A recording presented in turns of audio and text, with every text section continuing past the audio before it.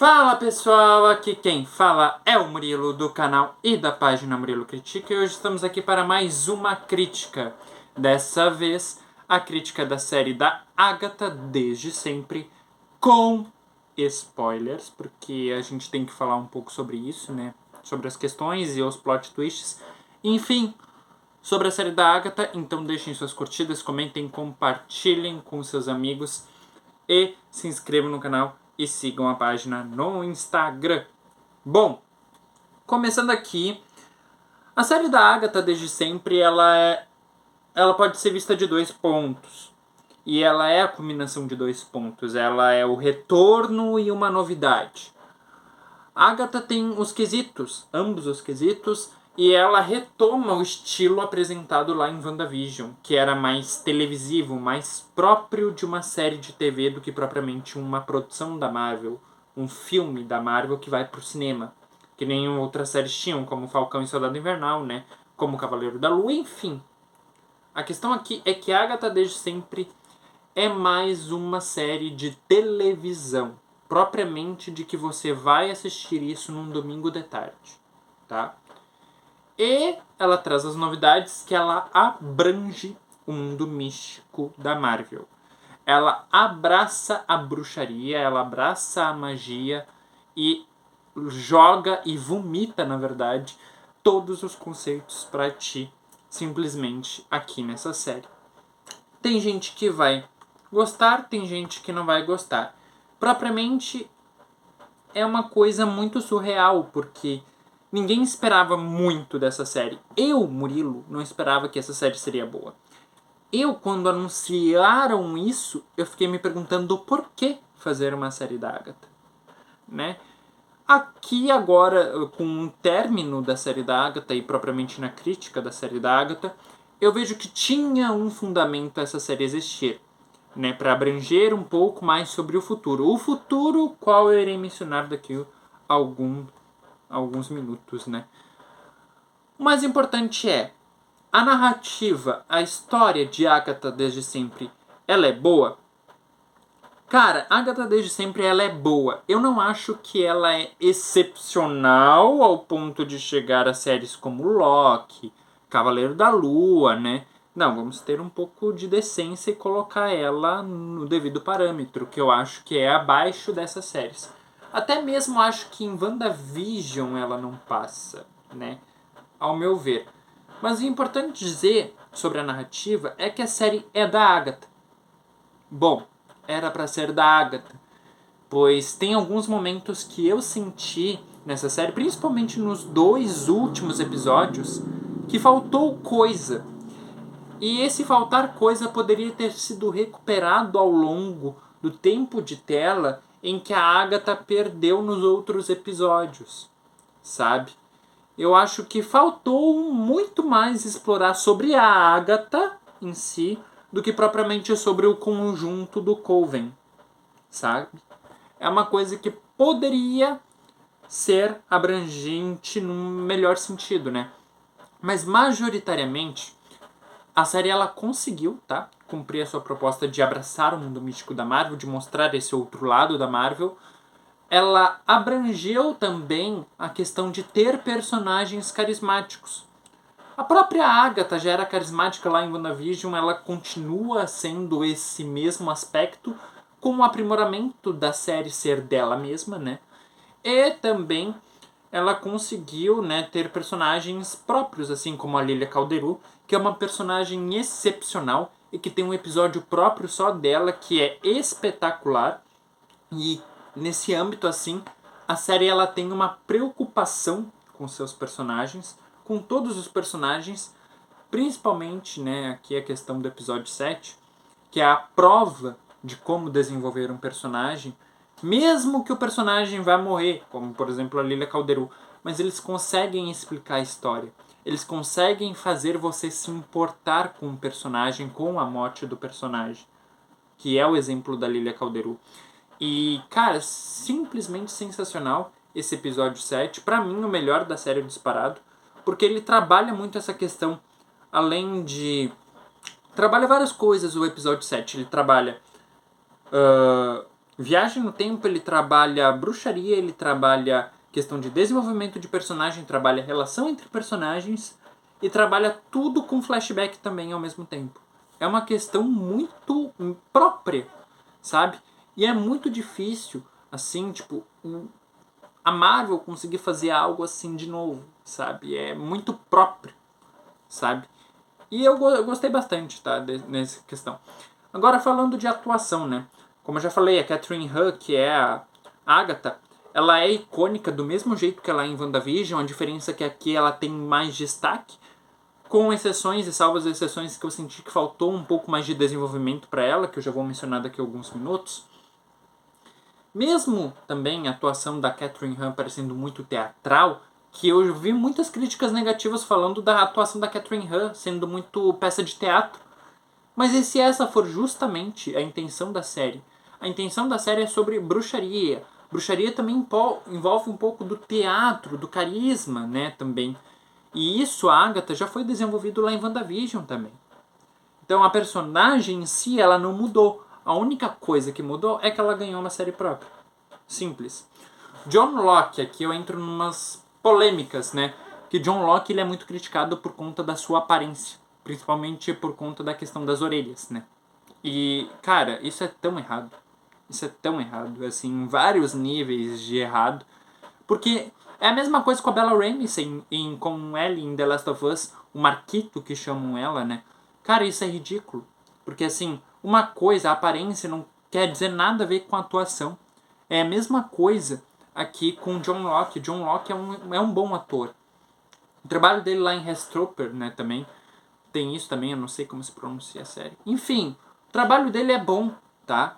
Não é excepcional a nível Cillian Murphy, por exemplo, ou a nível Leonardo DiCaprio. Não é. Mas, pô, tamo aqui, né? Ele tá ali fazendo um bom papel como Wicano. E ele é um excelente Wicano, tá? Encerrou o assunto aqui. Tem a Patti LuPone também, que é a excelentíssima Lilia Calderu, que essa sim tem um papel de grande destaque, tá? E que ela tem um episódio só dela, ela tem um desenvolvimento só dela, ela tem uma atuação excepcional e ela é uma das personagens mais carismáticas da série e isso conta muito. Aubrey Plaza também como Rio Vidal barra Lady Morte, né? Que a gente já sabia do plot da morte há muito tempo, mas ela é icônica contracenando com a Catherine Han. É muito bom ver essa interação entre as duas, excepcional a atuação dela. Tem também a questão agora que eu falo sobre o futuro, é que essa série ela tem um combo também de defeitos. Não dá pra dizer que ela é 100% perfeita, porque ela não é. A questão é que essa série ela deixa a mesma coisa que WandaVision deixa. Muitas pontas soltas.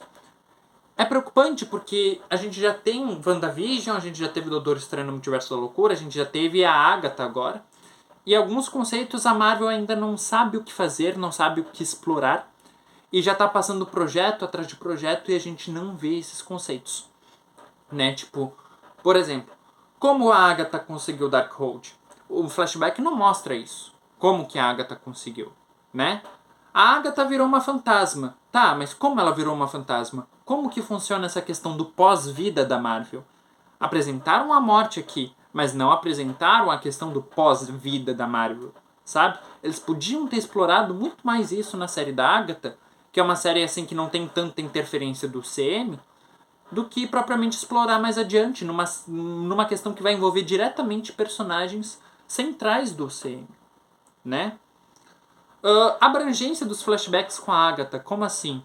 O que de fato fez ela dizer pra mãe, assim, que a mãe dela disse, você nasceu má? Devia dar o flashback da Agatha desde o nascimento da Agatha. Desde como ela cresceu. Qual é a origem dela antes do que foi mostrado lá no flashback de WandaVision. Enfim, faltou devendo Agatha. Ficou devendo Agatha, né? Isso é uma questão muito curiosa, porque pra mim isso é um defeito. E esse defeito está estritamente ligado também com a organização dos episódios. Pra minha pessoa, também esse é um dos principais defeitos. Por quê? O principal defeito de organização de episódio, gente, eu sou virginiano. Eu tá reclamando de organização de episódio é porque a coisa foi muito séria. Principalmente eu vou citar o episódio 1, o episódio 2, o 5, o 8 e o 9. Que são 5 episódios, mas que eles têm muitos defeitos. De organização, não narrativo, de organização. Por exemplo, o episódio 1, que é um episódio curtíssimo, poderia facilmente ser unido com o segundo episódio, que é outro episódio curto. Emendassem os dois, faziam um episódio de 1 hora. Não ia quebrar linha narrativa nenhuma. A questão é que os episódios separados eles se tornam muito apressados. Mas se juntasse os 2 episódios, não ia se tornar apressado. Ia se tornar uma questão mais objetiva e clara de ser visualizado. O episódio 5 é um episódio de, pelo amor de Deus, 23 minutos tirando o crédito. É 23 minutos de episódio. Como assim? O que é isso? Eles estão correndo uma maratona? Sabe? Essa questão de que estender um pouco mais para explorar ainda mais a questão da Agatha, por exemplo, que aí vem essa questão dos 2 últimos episódios, que para mim é um defeito crucial. O episódio 8, eu vou dar spoilers aqui, é com spoilers, né? Eu disse que ia ser com spoilers. A gente tem a morte da Agatha. E no episódio 9 começa-se com um flashback da Agatha. Como assim eles estão trabalhando um flashback de uma personagem que já morreu? É tipo a questão de fazer um filme da Viúva Negra sabendo que a personagem morreu. Sabe? Poxa, vamos parar e analisar assim no sentido de que... vamos voltar um pouquinho? Pega esse flashback que tá no episódio 9 e coloca no início do episódio 8 pra gente se importar de verdade com a morte da Agatha. Que no caso, ela não morreu, né? Ela vira uma fantasma. Como? Não se sabe. Vai ter essa ponta solta pra explicar no futuro. Do jeito que a Marvel anda com conceitos que ainda não foram explorados lá em WandaVision, aqui com Agatha vai ser a mesma coisa. Simplesmente tá jogado e tá jogado. Não retoma, não se constrói nada em cima, é um pilar, tá ali. E isso pra mim é muito problemático. E isso também está estritamente ligado com a organização dos episódios, né? Na minha opinião, isso é um defeito primoroso. Uma outra questão aqui que eu falo é da fotografia explícita de Agatha desde sempre. Que é uma coisa que é pra ser uma ficção e a série deixa clara com sua fotografia televisiva e com sua fotografia explícita que não é real. Isso me incomoda um pouco, porque além da série ter vários efeitos práticos, que ela tem vários efeitos práticos, eu sinto que faltou, tá, nessa série, ter uma melhora significativa nessa fotografia. A cena em que elas estão voando de vassoura lá no episódio 5 se tornou fake até demais. Isso me tira de prestar a atenção devida à série. Porque a série, mesmo ela tendo essa questão mais mística, mais de bruxaria, poxa, eu quero não me distrair vendo. Mas daí quando eu olho o plano de fundo verde, que até a Rio Vidal rasgou o plano de fundo ali, que eu sei que era proposital por causa que o Wicano criou o Caminho das Bruxas, mesmo assim, ser uma peça de teatro no fim das contas é uma questão um pouco que me incomoda, né? Nesse sentido. E tem várias coisas a serem retomadas aqui analisando os episódios isoladamente, tá? Tem muita coisa que a gente ainda vai descobrir sobre Agatha desde sempre daqui a alguns anos. E isso é interessante porque isso também é efeito WandaVision, tá? Que WandaVision deixou pra gente. E Agatha desde sempre vai ter esse mesmo efeito. Isso é uma retomada com uma novidade, com um aprimoramento, né? Enfim, pra mim, Agatha desde sempre não é uma série ruim, mas também não é uma série excepcional. Ela é uma série que entretém, ao contrário de Venom 3. É uma série que dá pra dar boas risadas e dá pra se divertir. Então, com isso, eu dou uma nota 8.4 pra Agatha desde sempre. Enfim, eu vou encerrando esse vídeo por aqui. Deixem as suas curtidas, comentem, compartilhem com seus amigos e se inscrevam no canal e sigam a página no Instagram. Vejo vocês, até a próxima!